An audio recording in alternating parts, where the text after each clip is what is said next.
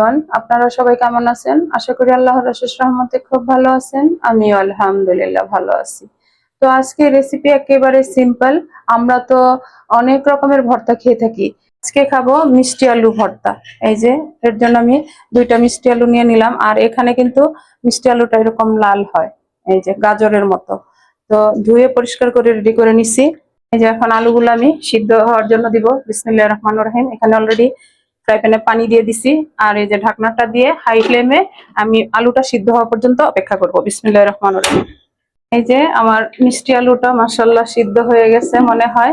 এখন একটু চেক করে নিব। এই যে একটা চাকু নিয়ে নিলাম। মাশাআল্লাহ একেবারে সিদ্ধ হয়ে গেছে। এখন আমি নামাই নিব। নামায়া আলু ভর্তাটা আপনাদের সাথে শেয়ার করব। যে আলুগুলা সিদ্ধ করে নিছি, এখন আলুগুলো একটু ছিলে নিব। আর আজকে আমি গ্লাভস পরে নিছি, আমার হাতটা একটু কাটা। আগের ভিডিও তো আপনারা দেখছেন, এখন এই জন্য আমি নিছি গ্লাভস পরে। এই যে এখন আলুটাকে ছিলে নিব। আর এই আলুটা কিন্তু অনেক মিষ্টি হয়। তো প্লিজ আমার ভাই বোনেরা যারা খাইছেন তারা তো জানেন এই মিষ্টি আলুর ভর্তা কেমন হয়, গরম ভাতের সাথে জাস্ট জমে যাবে। আর যারা না খাইছেন তারা অবশ্যই একবার বাসায় ট্রাই করেন, করে দেখবেন অনেক ভালো লাগে। আলুটা ছিলে নিলাম, এখন আমি ভর্তা বানানো শুরু করব। এর জন্যই যে এখানে 3টা মিডিয়াম সাইজ পেঁয়াজ এভাবে কেটে নিছি। আর এই যে 2 চামচের মতো ধনেপাতা। তো এখন দিয়ে দিব আমি স্বাদ মতো লবণ। একেবারে অল্প সময়, সিদ্ধ হতে যতক্ষণ সময় লাগে এর বেশি আর কিচ্ছু না। দিব আমি শুকনো মরিচ, তেলে হাতে গুঁড়া করে আমি বয়মে রেখে দিই। চটজলদি যখন ভর্তা খেতে ইচ্ছে করে তখন আর টালার ঝামেলা থাকে না। তো মরিচটা আমি এখানে দিয়ে দিলাম 1 চামচের মতো। যদি ঝাল আপনারা বেশি খান তাহলে বেশি করে দিবেন, আর যদি কম খান তাহলে কম করে দিবেন। এখন আমি ভর্তাটা বানাবো। মাশাআল্লাহ এখনো কিন্তু মাখা হয় নাই, এরপরেই সুন্দর একটা সেন্ট চলে আসছে। আর যারা ভর্তা পছন্দ করেন তারা তো বোঝেনি, ভর্তা মাখানোর আগেই মনে হয় খেয়ে নেই, তাই না? তো আজকের এই ভর্তাটা ঠিক লোভনীয় একটা ভর্তা। গরম ভাতের সাথে বললামই তো জাস্ট জমে যাবে, সাথে আর কিচ্ছু লাগবে না। এই ভর্তাটা হলে আর কিচ্ছু লাগবে না। এই যে আলুগুলো এখন মেখে নিব। এই যে এখন চটকে দেখেন আলুটা একেবারে মোমের মতো গলে গেছে। এই আলু ভর্তা কি বলবো আর।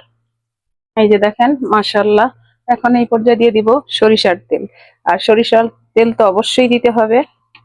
তো এখানে আমি মেজারমেন্টটা বললাম না, যার যতটুকু লাগে অতটুকু দিয়ে নিবেন।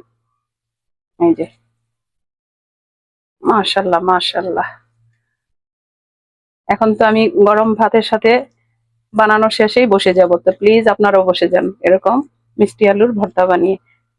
এই পর্যায়ে দিব একটা লেবুর হাফ, রসটা দিয়ে দিব যেহেতু এটা মিষ্টি এবং ঝাল, সাথে একটু লেবুর রস থাকলে একটু টক টক ফ্লেভারও আসবে, দেখতেও খুব টেস্টি হবে। এই যে দিয়ে দিলাম, এখন মিশাই দিব। দেখেন একেবারে অল্প উপকরণ অল্প সময় টেস্টি টেস্টি ভর্তা। প্লিজ আমার নতুন রাঁধুনি নতুন প্রজন্মের যারা আছেন তারা অবশ্যই ট্রাই করবেন। আর আমার প্রবাসে যেই ভাইয়েরা আছেন তারা কিন্তু এই আলুটা এনে অবশ্যই এই ভর্তাটা বানায় খেতে পারেন।